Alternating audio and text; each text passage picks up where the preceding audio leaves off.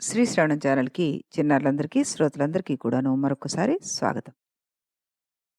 నిన్న మనం హనుమంతుడు ఏ విధంగా అయితే యుద్ధంలో విజృంభించి ఎవరెవరిని చంపాడు అన్నది తెలుసుకున్నాం. ఆ తర్వాత రావణాసురుడిని బెదిరించడమో తెలుసుకున్నాం.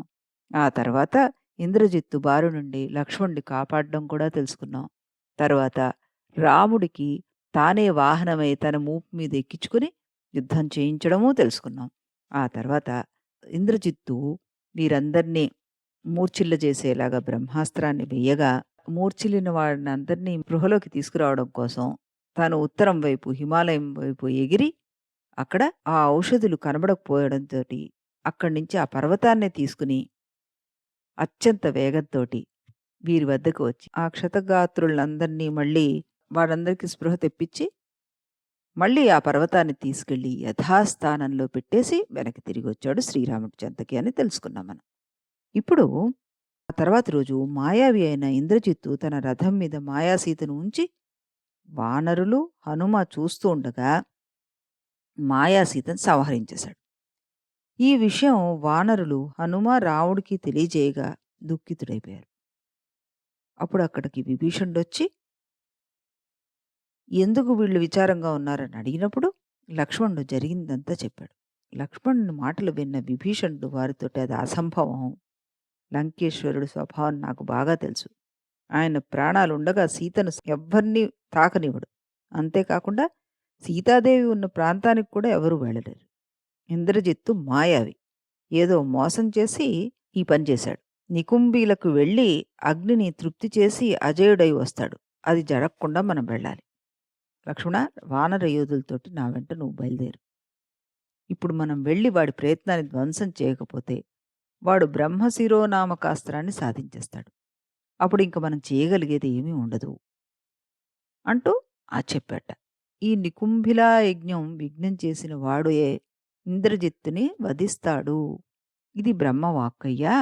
ఇంద్రజిత్తు మరణించిన క్షణంలో రావణుడు సర్వశక్తి శూన్యుడైపోయినట్లే అంటూ చెప్పాట. అప్పుడు రాముడు లక్ష్మణ్ణి ఆశీర్వదించి పంపాడు. జాంబవంతుడు, హనుమంతుడు మరికొందరు ప్రముఖులు వెంట రాగా లక్ష్మణుడు నికుంభిలా చేరాట. అప్పుడు విభీషణుడు లక్ష్మణుడితోటి, లక్ష్మణ, అదిగో కారు మేఘం కనిపిస్తోంది, అది రాక్షస సేనా సమూహం. మన వారు వారిని సంహరించాలి. అప్పుడు గాని ఇంద్రజిత్తు మనకు అందడు అని చెప్పగా లక్ష్మణుడు నారి సారించాడు. వానరుడు రాక్షసులను సంహరించాడు. దానితోటి ఇంద్రజిత్తు తన హోమకార్యం ఆపి రథం మీద ప్రళయ స్వరూపంతోటి వస్తున్నాడనమాట. ఇంద్రజిత్తు విభీషణుడిని దూషించగా అంతట విభీషణుడు ఇంద్రజిత్తుతోటి, నా స్వభావం నీకు తెలీదా? పుట్టింది రాక్షస వంశం అయినా నా స్వభావం దానికి విరుద్ధం. మీ తండ్రికి నాకు ఎప్పుడూ ధర్మ విషయమై ఏకాభిప్రాయం రాలేదు. ఇక నీ అస్త్ర విద్య చూపి లక్ష్మణుడితోటి యుద్ధం సాగించు అంటూ పలికెట్ట. అప్పటికే హనుమ లక్ష్మణుణ్ణి తన భుజం మీద అధిరోహించుకోగా లక్ష్మణుడు ఇంద్రజిత్తుతోటి హోరాహోరీగా పోరాడాడు. విభీషణుడు కూడా రాక్షసుల్లో యుద్ధం సాగించి వానరులను ఉత్సాహపరిచాడు. చివరిగా లక్ష్మణుడు ఐంద్రాస్త్రాన్ని సంధించి, రాముడు ధర్మపరుడు, సత్యసంధుడు, అప్రతిద్వంద పౌరుషయుతుడు అయితే దీనితోటి ఇంద్రజిత్తు నేల కూలుతాడు అంటూ ఆకర్ణాంతం లాగి విడిచాడట. అది అత్యంత వేగంతోటి వచ్చి ఇంద్రజిత్తు శిరస్సును కింద పడేసింది.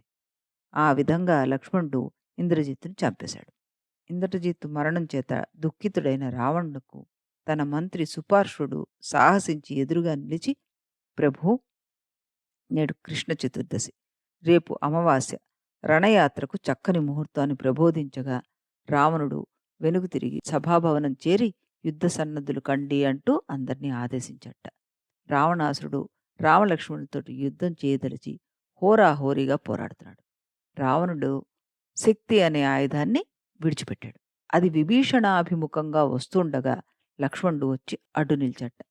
అది లక్ష్మణుని వక్షస్థలం మీద గాయపరిచి అతన్ని మూర్ఛితుని చేసింది. రాముడు లక్ష్మణుని చూసి సామాన్య మానవుని వలె పిలిపించగా అప్పుడు సుషేణుడు వచ్చి, రామ, లక్ష్మణుడు మరణించలేదని పలికి హనుమంతుడితోటి, హనుమా, వెళ్ళి మళ్ళీ ఆ ఔషధం తీసుకురా అంటూ చెప్పాట. అప్పుడు విశల్యకరిణి, సావర్ణకరిణి, సంధానకరిణి, సంజీవికరిణి ఉన్నాయి, వాటన్నిటిని తీసుకురా అంటే వెంటనే హనుమ సంజీవిని తేవడానికి వెళ్ళగా అది తెలుసుకొని రావణుడు ఉపాయంతోటి హనుమను చంపడం కోసం మాల్యవంతుని కుమారుడగు కాలనేమిని పంపెట్ట.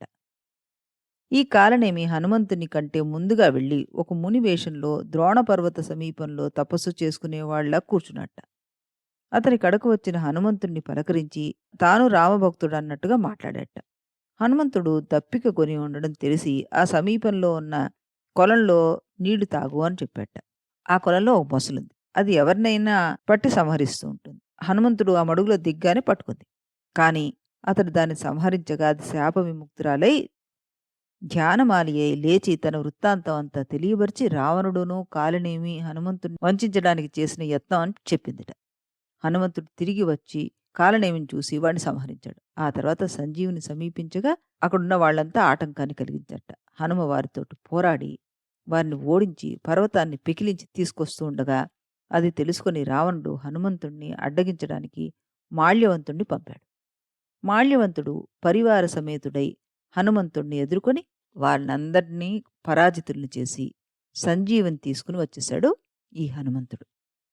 ఆ తర్వాత వానరోత్తముడైన సుషేణుడు కావలసిన ఔషధిని పెకిలించి దాన్ని లక్ష్మణునికిచ్చి ఆఘ్రాణింపచేయగా అప్పుడు లక్ష్మణుడి గాయాలు బాధలు అన్నీ తొలగిపోయి పునర్జీవితుడయ్యట.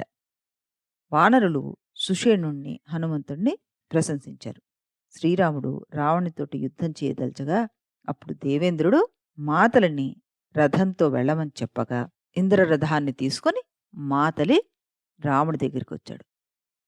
అప్పుడు ఆయన అన్నట్ట, రామా, దేవేంద్రుడు నీకోసం పంపిన ఈ రథంలో అధిరోహించి దీనిలో ఉన్న దివ్య చాపము, బాణము, కవచము, తూణీరము, శక్తి ఆయుధాలు అన్నీ ఉన్నాయి. వీటితోటి ఆ శత్రుని సంహరించు అంటూ పరికెట్ట. అప్పుడు రాముడు రావణుతోటి యుద్ధం చేశాడు. హోరాహోరీగా జరిగింది యుద్ధం. యుద్ధ పరిశ్రాంతుడై ఉన్న రాముణ్ణి సమీపించి అగస్త్యుడు, రామా, శత్రునాశనం సమర్థమైన నూతన మంత్రం నీకు ఉపయోగిస్తున్నాను నేను. అదే ఆదిత్య హృదయం. దాన్ని విను అంటూ ఆయనకి మంగళప్రదమైన దాన్ని వినిపించి ముమ్మారు పఠించిన తర్వాత నువ్వు ధనుర్ధారివై నిలిస్తే 3 సార్లు పఠించిన తర్వాత నువ్వు ధనుర్ధారివై నిలిస్తే నీకు ఎదురులేదు అంటూ చెప్పాట. ఆ తర్వాత రాముడు ఆయన మాటను శిరసావహించి ఆదిత్య హృదయాన్ని పఠించి రావణుడితో యుద్ధం చేస్తూ చివరిగా బ్రహ్మాస్త్రాన్ని ప్రయోగించి రావణ్ణి సంహరించేశాడు. ఈ రకంగా రావణుడి సంహారం జరిగిపోయింది. రేపు ఇంకా ఏం జరుగుతుంది ఇవన్నీ కూడాను రేపటి ఎపిసోడ్లో తెలుసుకుందాం. అంతవరకు సెలవు.